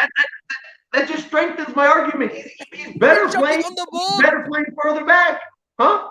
He's been shocking them. No, because we need it. No, he's actually the only reason he's playing is because he is a He's Mo pressing Farah. machine. Mo Farah. That's He why. is a He's a different pressing level, machine. man. That's the He's a reason why he's different not level. coming off the field.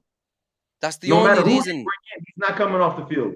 Yeah, because look, we spoke about it in the fusing, but look, Jay, I just remembered you wanted him in a 6. If May I Sobo- delay a My argument still holds true. In the 6th position, if he was playing the role Grav is playing right now, we would see the exact same performances from Sobo that we're seeing He from leads the Grav right press. now. Jack, he Yes, can't in the pass the forward. ball. He hasn't been able to make.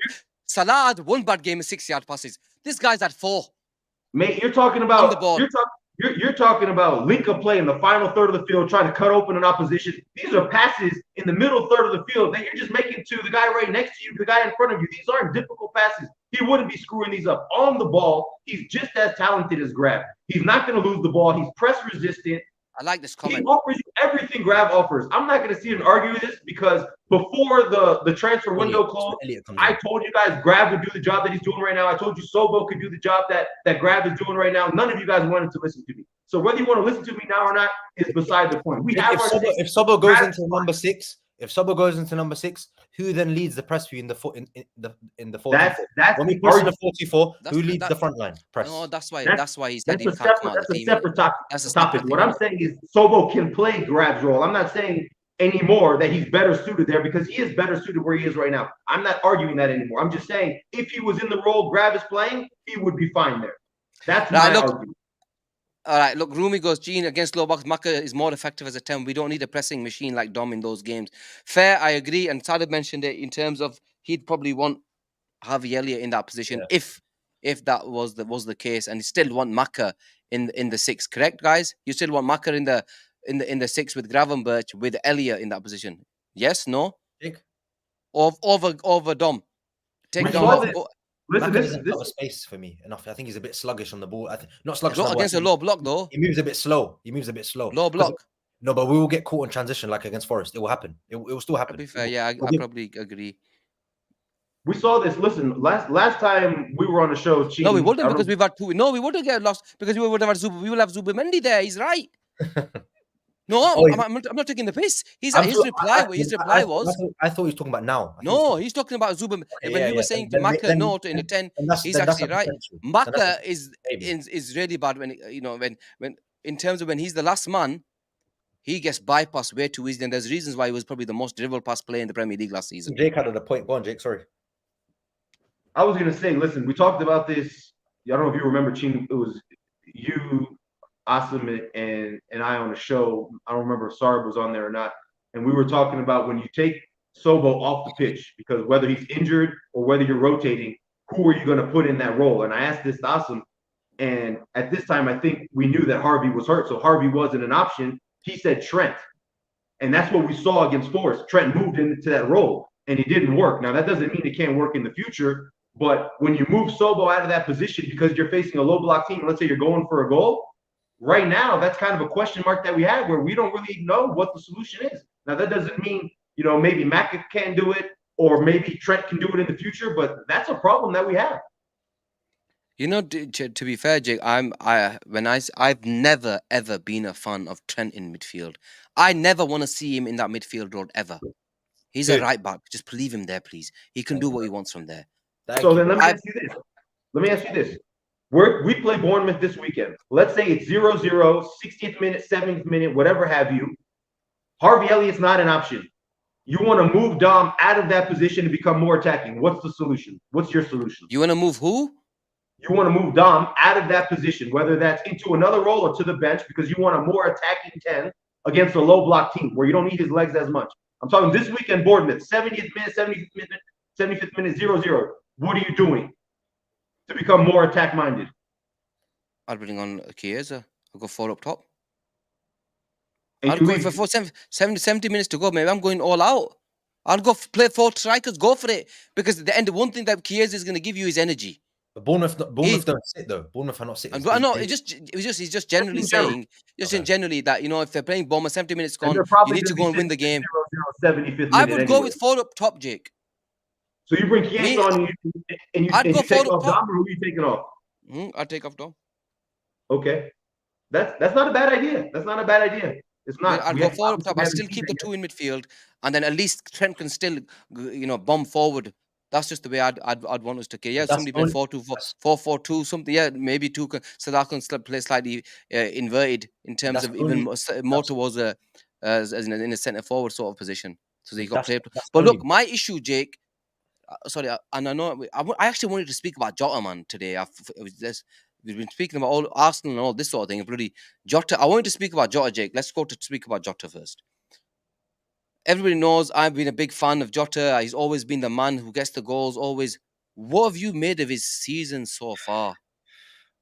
Take this one, Sarb, and then I'll answer. We talked about this yesterday a little bit. Yeah, I think with Diogo Jota, we all know his quality in front of goal, but generally speaking, he's had a pretty shy start to the season. I'll be honest. He scored a goal against Ipswich. He got an assist against Brentford, but I think since probably the game against Brentford, I didn't think he was necessarily great in that game. I didn't think he was necessarily great against United. I don't think he was great against Forest, and I don't think he was great against AC Milan. So he's given us 4 out of 5 games that he's been really, really bad. So there is a question mark on Diogo Jota. Now, I'm not disputing that he has goal scoring abilities, but that chance he had against AC Milan, he should either be scoring that to Cody Gakpo or at least making the goalkeeper work. You don't put the ball wide from that position, especially a player of his quality.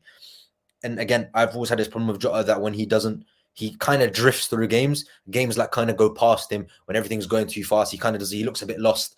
And I think he's one of the players that has question mark in his team, because he's probably one of the few attackers that are starting that are not delivering at the moment. Diaz is scoring goals, Salah is scoring goals, and Jota has 1 goal in 5 games now. And he probably should have a few more as well, if I'm being honest, because some of the chances he's had, he should be scoring those. He missed a fucking absolute sitter against Ipswich as well, and he blazed over the bar. But again, in that position, there's not many better in Europe in the box than Diogo Jota, but his confidence just looks really, really low. And he is a confidence kind of player, Jake, where he went, I know he was injured, but he went 1 year without a goal, and then he broke his luck against Leeds away. And then he went on a goal. He ended the season with quite a few goals, scored against Forest. And then he does this so much where he has a run of scoring goals, gets injured, comes back, doesn't score for 5 games, gets 1 goal, goes on a run again. He's another confidence player, similarly to Nunes, but he's a very good striker, very, very good striker. But his all-round game, I don't think, is the greatest. Jake, then Yeah, listen, Jake, another thing is, you can speak about Jota, but another thing, if you agree with Sarib in terms of his performances this season, what do you? And then obviously the only other number 9 we've got is a certain Mr. Darwin Nunes. I still wouldn't drop him. I still wouldn't drop Jota. That's my next question. That was going to be my next thing. Does he come in? Has He's he done very- enough with the performances that he's made coming in? You know better, because I've missed the last 2 games, but I haven't seen the full 90 minutes of him. No, he's done absolutely nothing to warrant a start. Now, at the same time, if you would ask me before yesterday's match, does Cody Gakpo warrant a start? I would have told you no when he put in a man of the match performance. So there's an argument to be made that maybe it doesn't matter whether they deserve a start or not. If you give them a chance, they can take it and run with it.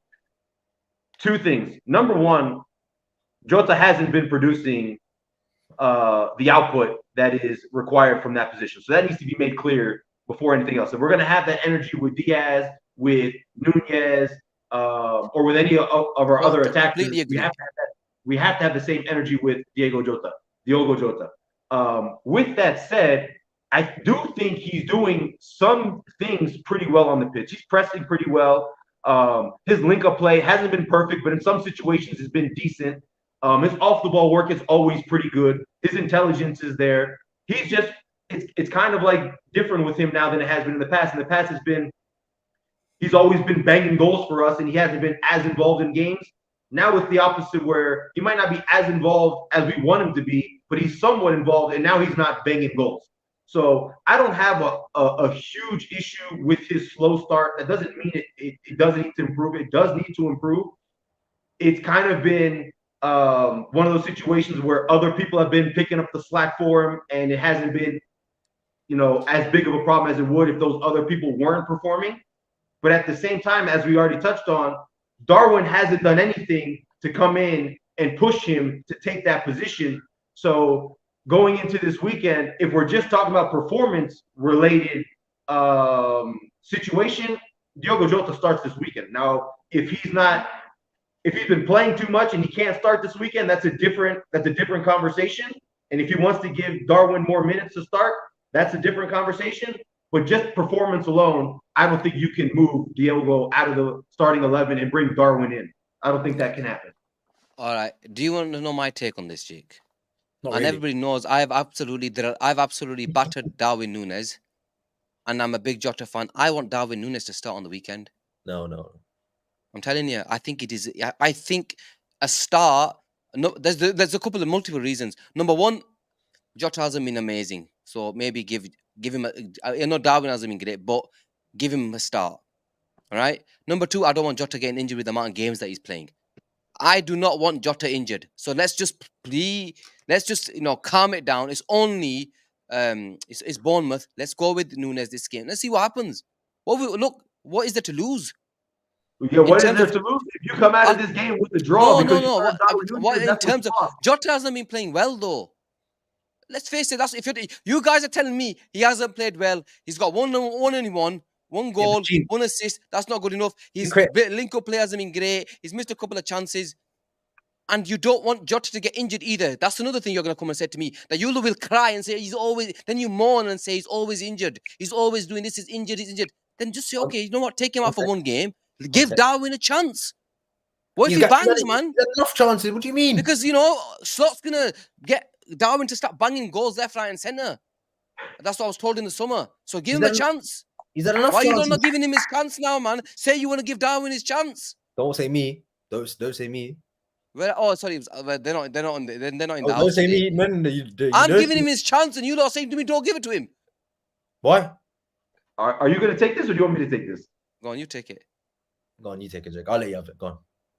I'm not arguing that starting Darwin is the wrong move. What I'm arguing is that there is risk in starting Darwin. What you're telling me is what is there to lose?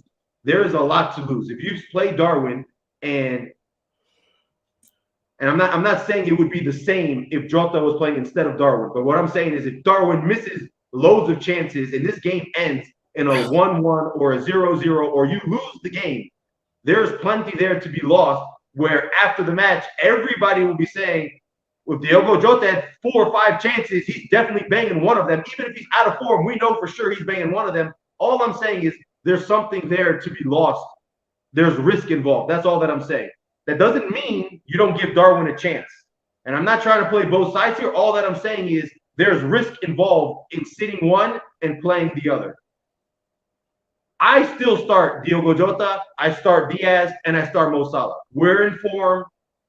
Not perfect form, but we're in good form. I don't change that. I keep it going. I win the game. I take 3 points, and I move on to the next match.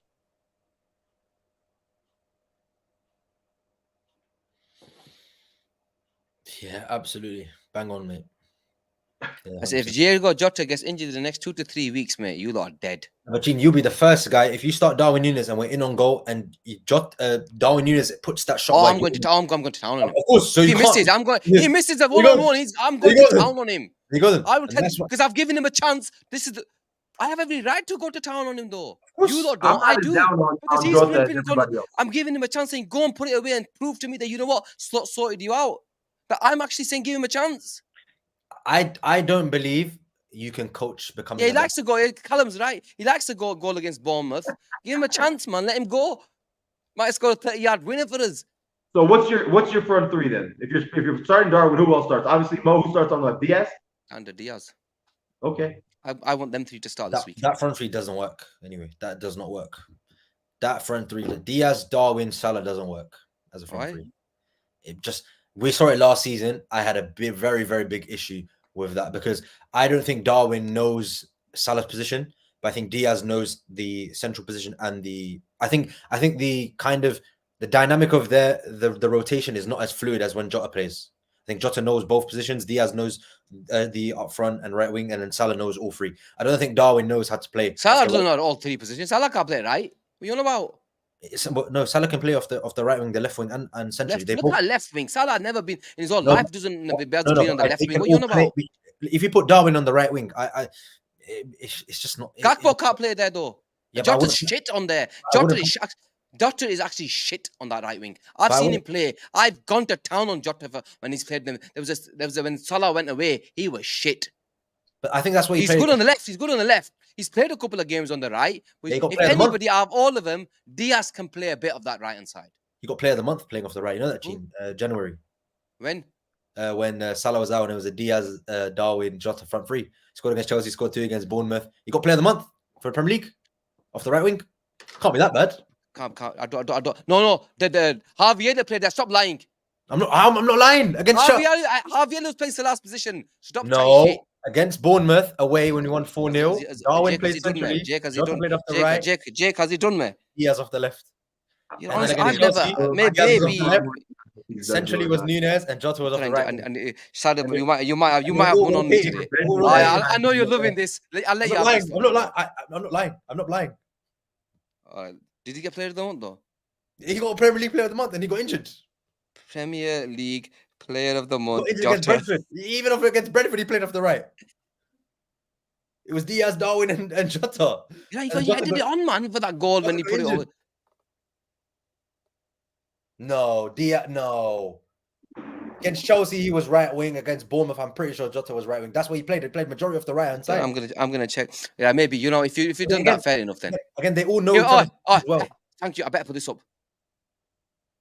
Yeah, again, that's my point. They all know each other's position well. But Jota was off the right. He started off the right side. Said that.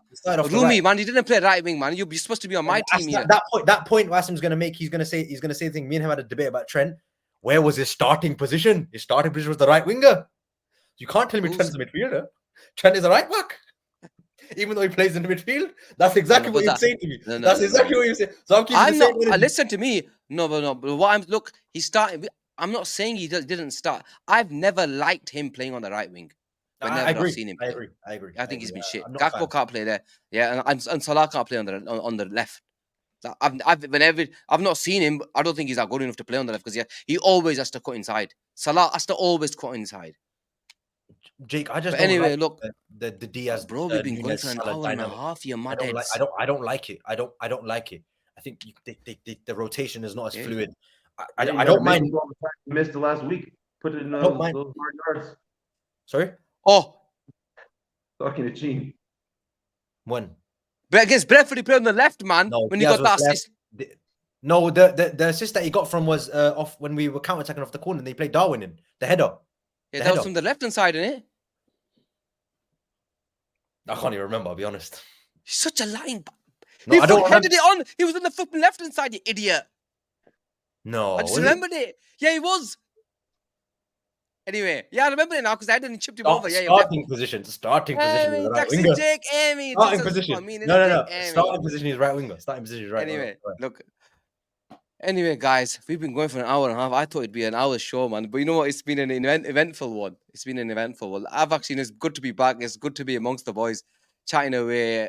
We go again on the weekend, Jake. Jake, before we go, what do you reckon? Score predictions for the weekend? 9-0 again? No. I'm gonna say this match is gonna be difficult. I don't think we're gonna breeze through this, and I don't think the issues that we faced against Forest are just gonna disappear. I do think we get 3 points. I'm not sitting here saying that we're gonna drop. I'm just saying that I think it's gonna be another challenge. I'm gonna go ahead and say, I'll say 1-0. Liverpool 1-0. You're not an attacking team, man. I'm gonna say Liverpool 1. Rumi 1-0. Anyone else with the Sarib? I'm going 4-0 Liverpool at home. Bournemouth play expansive, and I expect them to do the same. It leaves gaps open, and if Diaz and Salah on it, we're gonna blow them away. Bournemouth will give you space, And we saw that a couple of years ago under Gary O'Neill when they got under Scott Parker. Sorry, they got absolutely pantsed 9-0. Absolutely pantsed 9-0. Last season, they took the early lead. They could have scored twice, and eventually the quality shined through. That was when Gakpo was playing in the midfield. Now it's I'm actually surprised. A lot of people still want Darwin Núñez to start. You know, you want him to start. What's wrong with that? I know. I want him to because look, one of my. What do you mean? You can't complain when you want the same thing. I'm actually surprised because I thought people would be against him starting because he hadn't done absolutely. Like you're saying, he's done nothing to warrant a start. He hadn't done out. Let's see. But I think he's been given enough chances centrally. I think he's been given 2 years to start centrally, whereas with Gakpo it's a bit different, where he's not been given the opportunity to start in his position, where Darwin has started centrally a lot of times. We've not seen. That's my whole point. If Gakpo plays off the left and he's shite, fine, no problem. You can't use what happened before Slot came here as evidence. We have a new manager, new system. We never gave. See, Darwin's probably got his fanboys, eh? Jake, I don't believe you can coach someone to become better at finishing. I don't believe that. You either have it or don't. I genuinely believe you can't coach someone to become better at putting the ball in the net. That's just a knack you have as a striker. Okay. Where do you think that comes from? By the way, I think that's a mentality problem then, Jake. What's the mentality problem? Sorry, I missed you. You can't coach someone to become better at finishing. I don't think you can coach somebody to know what to do in front of the goal. That's all down to instinct. I don't want to say it doesn't happen, but most strikers aren't just just come out of the womb as a goal scorer. I'm not saying they are coached. You can tell from a very young age. A natural finisher. You can say natural. He's not a natural finisher. Like players like Fowler, they were natural finishers. Look at Haaland. You can't coach what he does in front of the goal. He just knows what to do in front of the goal. You can't coach. He's a blah, man. Lewandowski, Aguero, Suarez. You can't coach these things. We're gonna find out this year if that's true or not. And I'm gonna sit here and tell you that he's going to improve. We haven't seen it yet, but let's see. I'll be the first to say.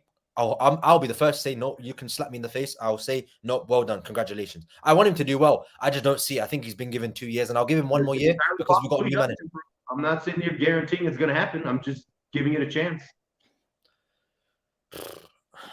We win 5-0 on Saturday. We're banging them. I think we're gonna go on a mad one. Then be peed off. They're gonna want to turn up and we were winning 7 straight. 7 days ago. The last time my son went to Liverpool, Bournemouth won 9-0. He's going on the weekend, Jake. We're gonna win. Is he going? Okay, nice. He's got 100%. Yeah, the big one. 100% record so far. He's winning. So I think we're gonna. You got rude. Well. You're saying 5-0. I'm going 5. I've said 4. So you go with 4 as your prediction. I'm going with 5. Nick said 1-0. To be fair, I wouldn't be surprised if it's 1-0 or 4-0. To be honest, Bournemouth are weird. You won't be surprised if it's 2-1. You'll be surprised if it's 3-2. No, I don't think. Obviously. No, because anything can happen. It's a game of football. Anything can happen. He's not surprised. No. Let me land. I expect Bournemouth to come at us, which will leave gaps. They're not going to come at us. I'll tell you right now. You can't come at Anfield and come at us, man. Iraola. That's why I like him. Iraola is not coming. Yes, he's going to be concerned. He sticks to his philosophy. Slightly more expansive. He's not going to come at us. How can you watch the game last week that Forest put on display? See, that's the only team to trouble us in 5 matches, and then completely go against this tactic and try something that doesn't work. Because Espirito Santo is a completely different. Tactically, he's very, very different to Iraola. Very, very different. I'm not arguing against that. That's the point. But when you sit down as a manager and you watch film and you say, this is the team and this is the tactic that gave this team problems, and I sit down and I say, okay, I want to come to Anfield and I want to get a result. Why am I going to try something that has proven not to work and go away from something that has proven to work? If this manager has any brains, he's going to sit back, play a low block, and try and get a result. Because, Jake, managers have different philosophies, and I'm not saying they have philosophies, but you can't go to. It's like to me, somebody turning up to Barcelona and saying, you know what, let's go all gun-ho football when they were in their prime. You're not going to do that, are you? You can get at Liverpool though. That's not a lie. It's been evident for 3 years. You can get. You could get at Barcelona.